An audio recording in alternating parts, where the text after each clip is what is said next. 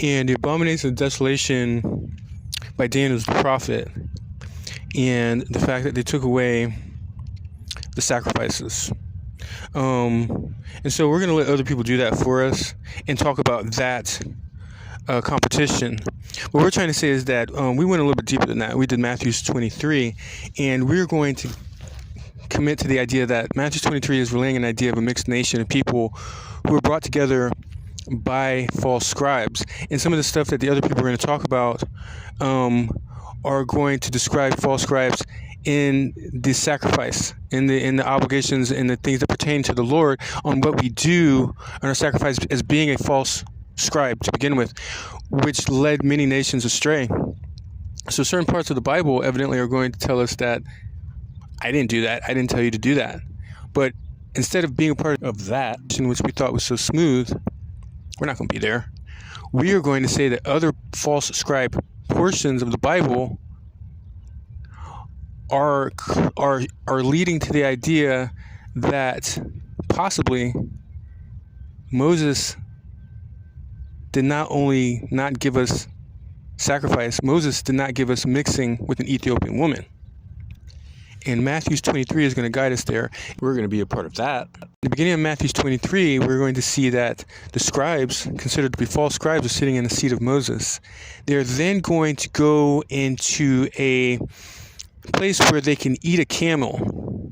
They're going to cross over water and land, okay, to produce the son of Satan. As we looked at that, McDonald's in America came out in 1950.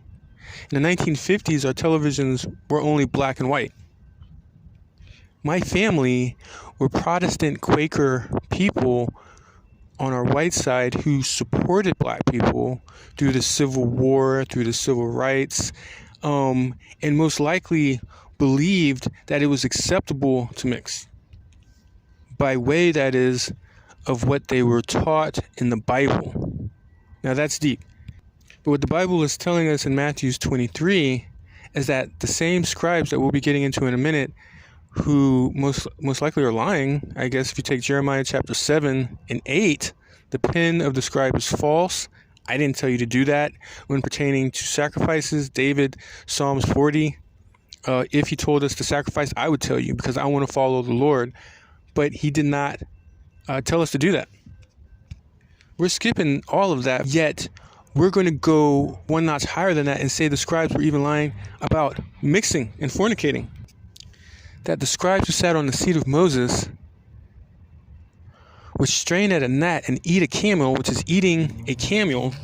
They would cross over land and water to produce one proselyte, therefore interpreted as one who converts over, or one who cleaves and is joined together.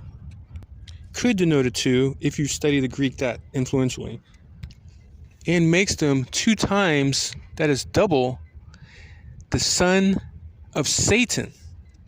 That these people in one accord may have actually tried to invent mixed people to piss other European families off who would like to relax, like the earth to build. They would like to go very slow. They like to go very slow in a manageable and systematic way.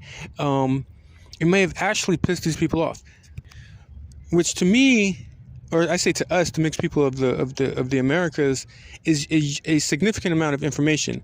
For one, these people in the next life may have to themselves be a McDonald's cow while we sit in a different domain. They said they would be a Diploterran, and which by the way is going to mean twice as much.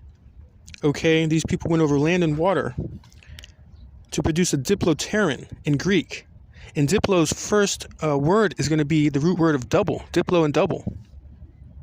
So you see that there's 2's here. We're crossing over land and water to produce something that's going to be twice as much, a Diploterran, double Terran, the son of Satan.